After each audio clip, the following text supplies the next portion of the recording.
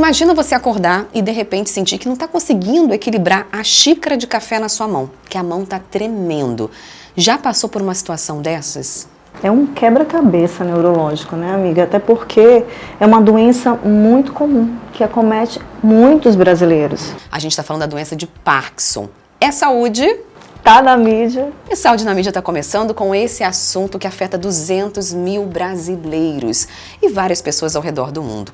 E para isso a gente recebe um convidado especial, especialista no assunto, neurocirurgião, o Dr. João Carlos. Seja bem-vindo. Seja bem-vindo, doutor. Obrigado. E para começar, explica um pouco do que é a doença de Parkinson. Sim, então, a doença de Parkinson é uma doença que acomete o sistema motor do indivíduo. Né? Você vai ter uma situação em que você começa a perceber uma lentidão dos movimentos. Essa lentidão, ela vai ser progressiva, porque a doença ela é progressiva, mas ela tem uma progressão lenta. Então tudo começa com a lentidão do movimento, em se locomover, executar funções básicas. Depois ele começa a perceber o surgimento de um tremor. Tremor, lentidão, e progressivamente surge então a rigidez, que é a dificuldade em fazer aquele movimento que antigamente era um movimento muito natural, de uma forma tão rápida quanto era antes. Então isso acomete o ser humano como um todo, né? Dificultando então a execução destes movimentos habituais. E esses sintomas, eles aparecem de uma vez? Ou, por exemplo, começa a aparecer aqui, daqui a um ano? Tem um time para a apresentação desses sintomas? Como é que é essa descoberta, né? Porque a eu pessoa, fiquei também... para saber o diagnóstico, de repente, ela só vai descobrir na fase do tremor? Ou antes ela já tem algum sinal? Isso, existem fases, existem apresentações. A mais comum é, então, algum familiar começar a perceber que aquele indivíduo, quando está concentrado em alguma outra atividade, vendo televisão, ou observando alguma cena familiar, começa a ter um pequeno tremor, principalmente de um lado do corpo. E aquilo chama muita atenção, porque na hora que você apresenta um tremor, a primeira ideia é que, nossa, isso não está bem.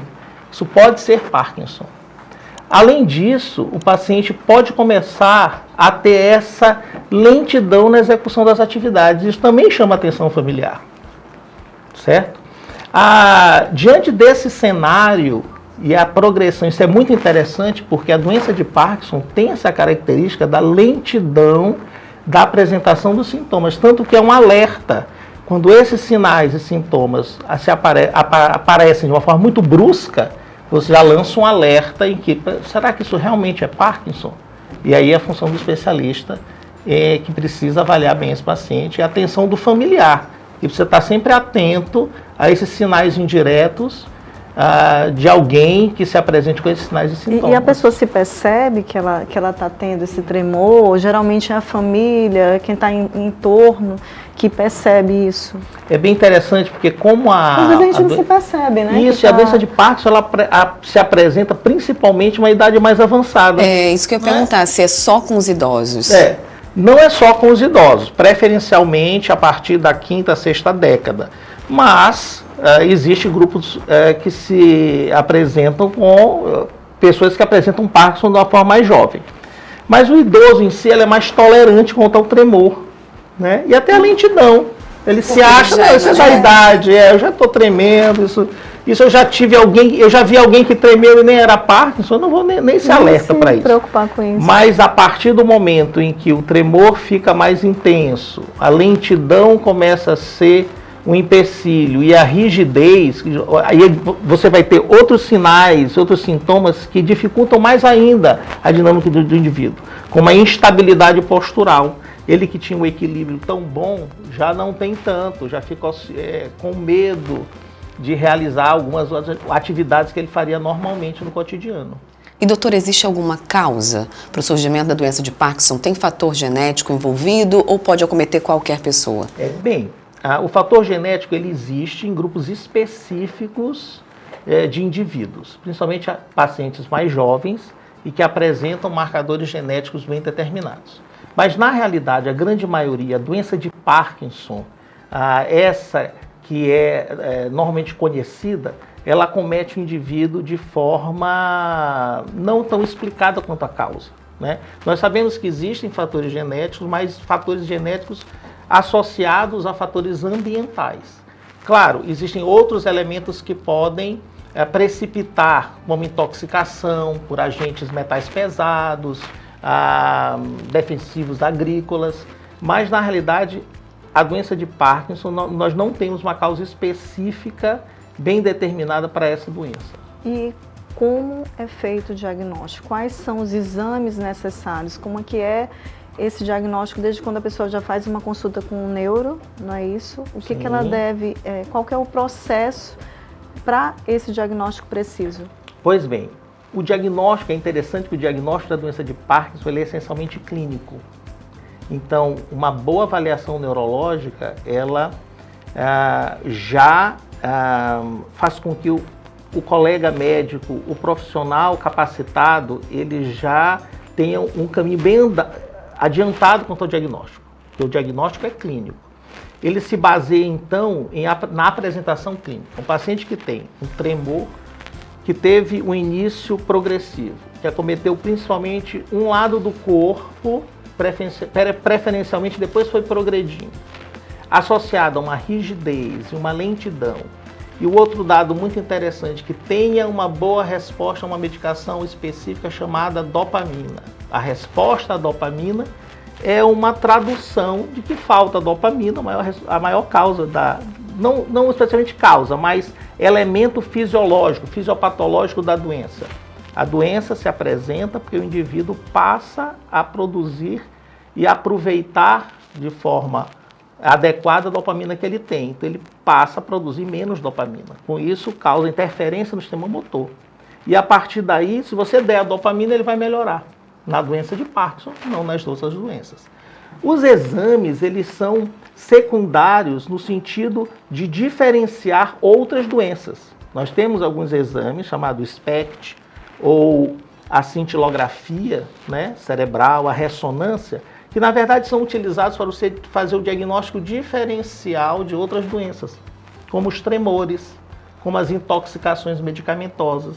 Porque se você desse exame ver que o exame está normal para a dopamina, você já desconfia, está normal para a dopamina, para o funcionamento da dopamina, deve ser outra coisa, e você vai investigar outras coisas.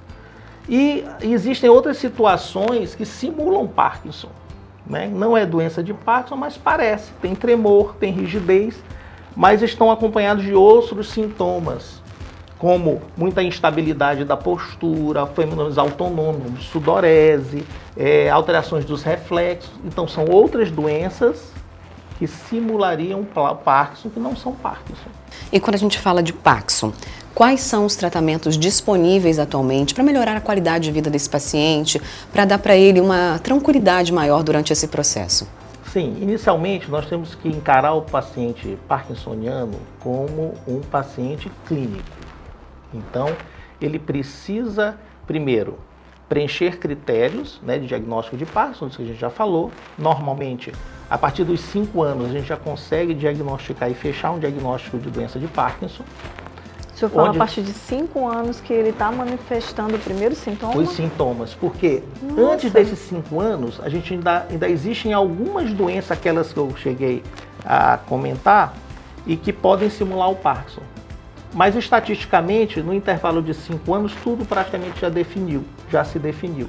Essas outras doenças já se apresentaram de uma forma mais intensa e que acabam retirando o paciente do diagnóstico de Parkinson.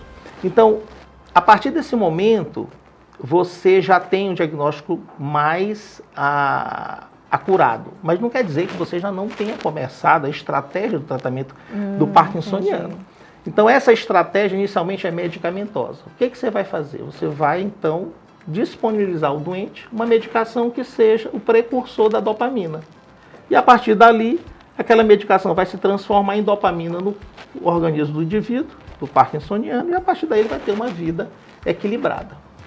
Além disso, nós não podemos esquecer os outros sinais e sintomas e cuidados que você deve ter com o paciente parkinsoniano. Por exemplo, o paciente parkinsoniano ele vai ter alteração da fala. Ele precisa ter um acompanhamento de um fonoaudiólogo, porque é movimento.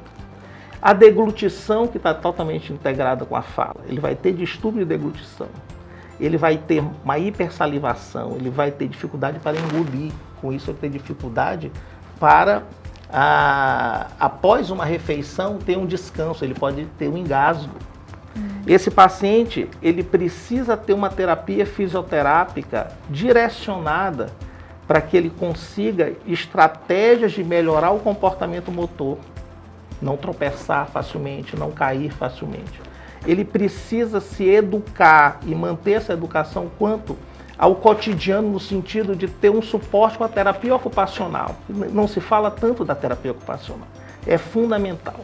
Então, estratégias de apoio a esse paciente são muito importantes. Nós estamos falando do contexto clínico do paciente. E qual é o cenário? Qual na realidade é a trajetória desse paciente? Ele vai progredir com sua doença. E a partir daí você vai lançar outras estratégias possíveis de tratamento. Ou seja, o Parkinson, ele não tem cura?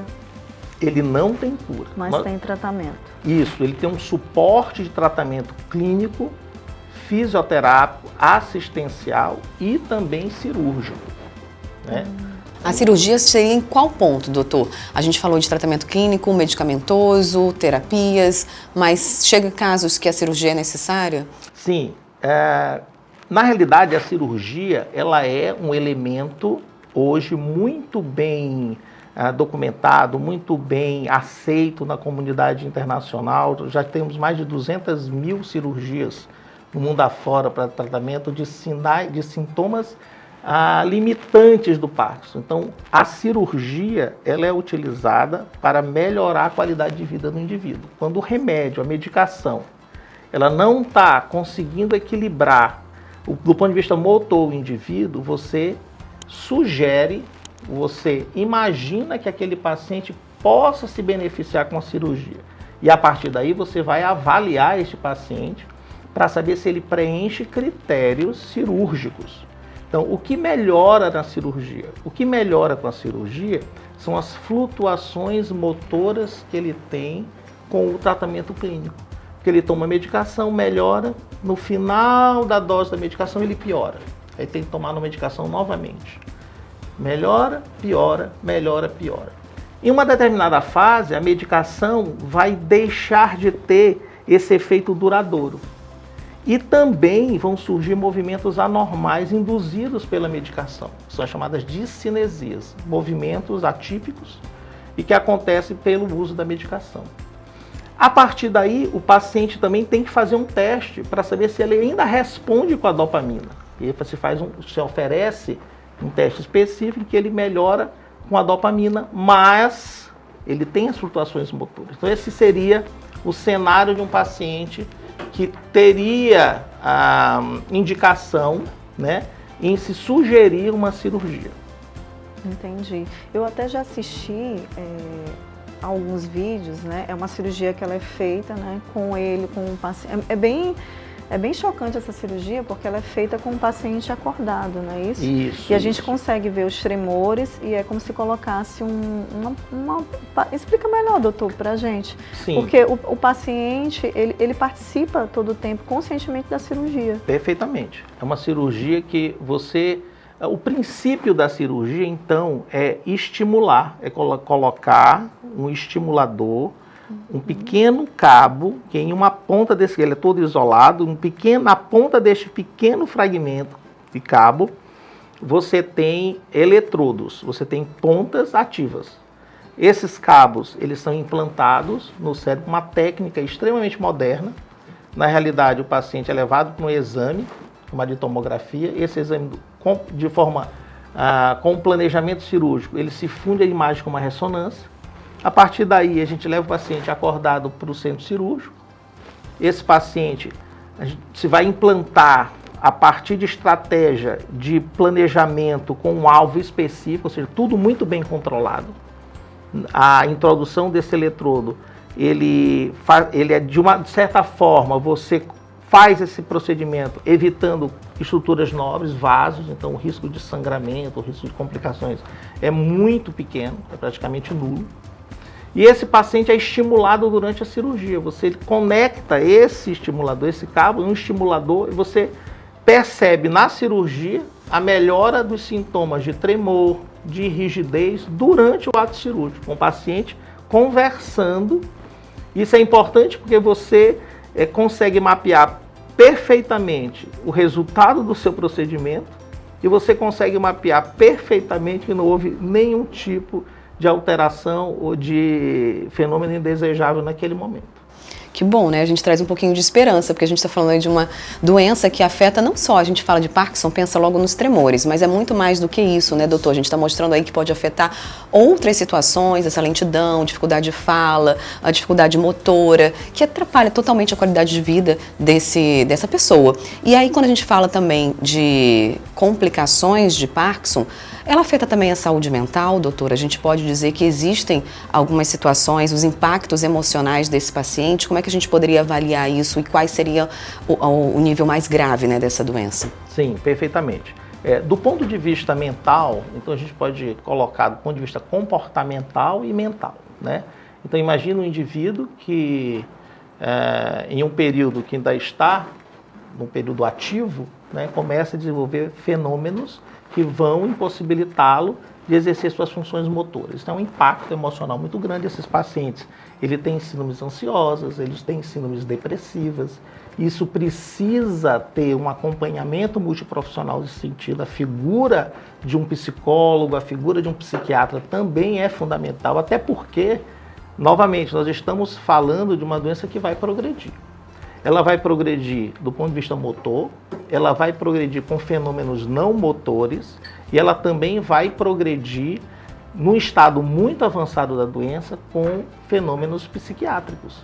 As depressões graves, as alterações comportamentais, as síndromes até de esquecimento, síndromes demenciais, num quadro muito avançado da doença. Então isso também é um critério de acompanhamento e de critério de seleção de pacientes para a cirurgia.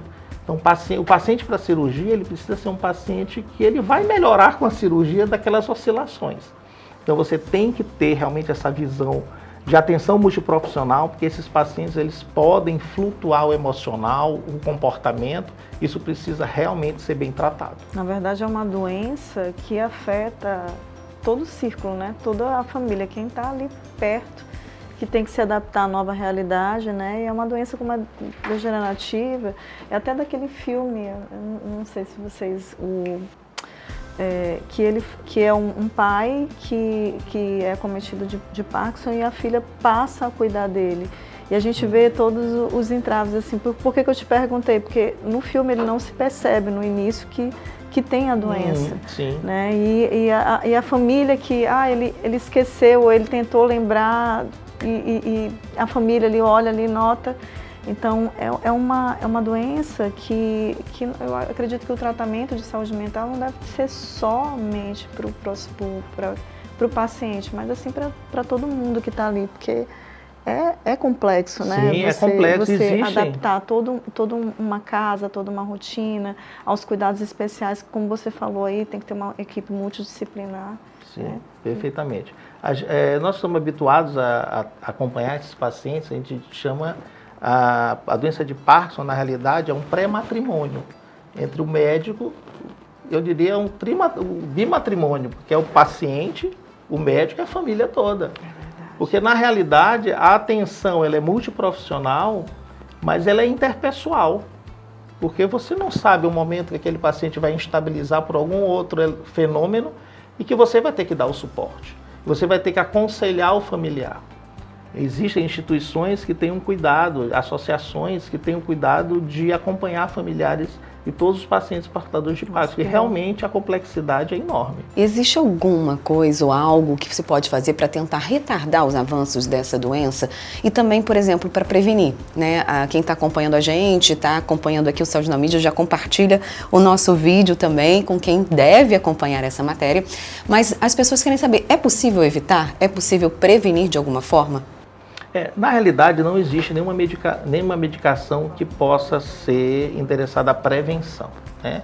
Na realidade, a prevenção de doenças degenerativas como um todo, ela entra no circuito do bem-estar. né? Boa alimentação, a questão da atividade física. Na realidade, outro elemento muito importante é você conseguir mapear tudo aquilo que você está ingerindo, ou onde você está se colocando, você está sendo vítima de que exposição, né? Então isso tem tomado um corpo muito grande na comunidade médica, quanto os elementos que estão danosos no dia a dia que você está achando que não tem influência alguma, a questão alimentar, a questão comportamental, a falta de atividade física regular, né? Então, na realidade, esses são os elementos protetores. E quando esse diagnóstico ele é feito precocemente, vamos dizer, sem tanto o avanço da doença, isso ajuda no prognóstico, ajuda no tratamento? Ajuda principalmente, primeiro, em encontrar uma estratégia terapêutica que se adeque ao paciente e que você consiga acompanhar bem essa estratégia. Você acabar pegando pacientes onde você fez toda essa abordagem multidisciplinar e a partir daí você vai prevenir complicações. O paciente com Parkinson e a família do paciente parkinsoniano, se ela começa a entender melhor a doença, se ela começa a entender melhor o próprio paciente, isso traz um conforto muito grande, né? E também ter a capacidade de conversar com um profissional especialista para que ele trace toda essa estratégia e que ele converse francamente quais são as modalidades modernas, né, de segmento desses pacientes. Você falou que é possível retardar, no caso, o processo dessa evolução da doença? Não se consegue retardar o impacto fisiológico da doença, mas você consegue controlar futuras complicações que sejam mais danosas aos doentes no comportamento do dia a dia. Prevenção de quedas, na questão da terapia fonoaudiológica, todo o contexto da deglutição dos engasgos, né? As instabilidades posturais, os acidentes domésticos no contexto familiar, que você vai preparar melhor aquela casa. Mas nós estamos falando de uma doença que realmente ela é progressiva, nós não sabemos a causa, nós não conseguimos ainda desvendar o mistério da progressão dessas vias que vão envelhecendo, que vão deixando de fazer com que a dopamina seja menos produzida e menos aproveitada, mas os avanços são grandes. Existem linhas de pesquisa bem promissoras, né, inclusive com células-tronco, que é um avanço tecnológico fantástico, e as outras medicações que estão surgindo aí. E quando a gente consegue, por exemplo, se já tem um sintoma, você consegue fazer um tratamento que possa restabelecer o paciente, ou quando ele já tem esse avanço, a gente já tem que lidar com esse avanço. A partir daí, ou dá, vamos dizer assim, para voltar o filme e fazer com que esse paciente volte a ter aquele movimento, a ter aquela memória? Do ponto de vista motor, sim. Nós conseguimos, por exemplo, pacientes que têm uma rigidez extrema que não conseguem andar ou levantar da cama, mas que melhora com a dopamina. A cirurgia estimula áreas que vão controlar a rigidez. Com isso, vai melhorar o movimento. Pacientes, por exemplo, não conseguem mais sentar à mesa por conta de um tremor parkinsoniano. Não conseguem comer porque tremem demais. Você controlando o tremor, você resgata a qualidade de vida para esse paciente. Então, pacientes que têm essa instabilidade no caminhar, na parte motora da rigidez e da lentidão, e você restabelece essas funções, você começa a inserir melhor esse paciente no contexto social. Ele já vai a uma academia. Os pacientes gostam muito de aula de dança, eles vão com sua companhia porque é uma forma dele se exercitar e tá socializando também. Com segurança, porque ele vai com a esposa vai com o marido, está se exercitando e alguém está ali para me segurar caso eu tenha uma instabilidade, né? Então tudo isso faz parte da melhora motora, sim, ela reintegra o indivíduo no ambiente social. Aquele indivíduo que não saía de casa, ele já quer sair de casa. Maravilha. Porque quando esses fenômenos são muito intensos, ele aprisiona. E quando você controla esses fenômenos, você liberta. E doutor, você falou de esposa, marido, ele acomete mais homens ou mulheres? Existe essa divisão na doença? Existe. A doença de Parkinson, ela acomete principalmente os homens. 1,5 a 2 vezes o sexo masculino. Existem algumas teorias que defendem o fato da questão da proteção hormonal que a mulher teria a doença de Parkinson, mas realmente ela é mais prevalente nos homens. E tem alguma faixa etária específica para a gente já ficar de olho em relação a esses sintomas? Normalmente é nessa faixa da 5ª década em diante, né? Existe Parkinson precoce? Existe, sim, mas é muito menos frequente. Doutor, finalizando aqui nossa entrevista, queria que você deixasse uma mensagem, antes da gente passar para a última pergunta final, que é a surpresa, uma mensagem para quem está acompanhando a gente aqui no nosso canal no YouTube, sobre essa doença, né? O que você pode dizer para os familiares ou para quem convive com a doença de Parkinson? Uma mensagem, se Deus quiser, positiva, né? A gente espera que seja uma mensagem positiva. Perfeitamente. Então, a doença de Parkinson é uma doença que tem um controle extremamente satisfatório. Se você perceber alguém com um tremor inicial unilateral, uma dificuldade para executar seus movimentos atualmente não tão semelhantes como eram antes, ou um paciente que tem essa instabilidade na postura, desconfie, procure um profissional neurologista, ou neurocirurgião, um especialista na área de distúrbio de movimento, que ele com certeza vai conseguir nortear um tratamento, melhorar a qualidade de vida desse paciente, acompanhar esse paciente para que ele consiga manter essa qualidade de vida e traga mais esperança e liberdade para esses pacientes que tanto precisam de uma assistência especializada. Enquanto isso, você que está acompanhando até o final, já se inscreve aqui no nosso canal, porque daí toda semana, quando tiver episódio novo, você recebe uma notificação e aí você pode acompanhar na íntegra e não perder nada dessa curadoria do Saúde na Mídia, com excelentes profissionais trazendo sempre pautas para você e para sua família. Maravilha, já pode comentar, né, e colocar aqui o que você gostaria de ver, qual é o assunto que você quer aqui, que a gente traz à tona, não é isso? Isso. Então, sim, vamos doutor. lá. Posso ler? Pode. Por favor. Então, qual a maior lição que a vida já te ensinou? Perfeitamente. Então, na área médica, né? Não só na área médica, mas eu acho que a área médica ensina muito a gente a olhar as pessoas de uma outra forma, né? O médico não é só aquele que vê a doença. O médico ele tem que ser aquele que vê o indivíduo. O indivíduo, ele é um conjunto que precisa ser bem analisado, não é aquele que procura um remédio, mas é aquele que procura um conforto.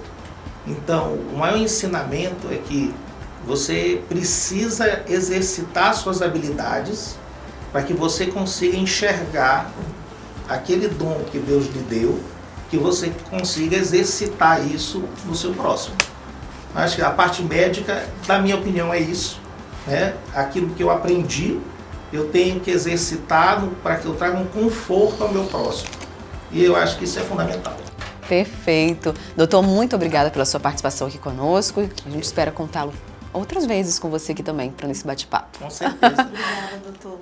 Gente, a gente fica por aqui, mas a gente continua nas nossas redes sociais. Lá você vai acompanhar também os cortes dessas entrevistas, entre outras. É só seguir a gente também lá no Saúde na Mídia Oficial, lá no nosso Instagram. Tchau, tchau, gente. Saúde. Tchau, tchau. Até o próximo episódio.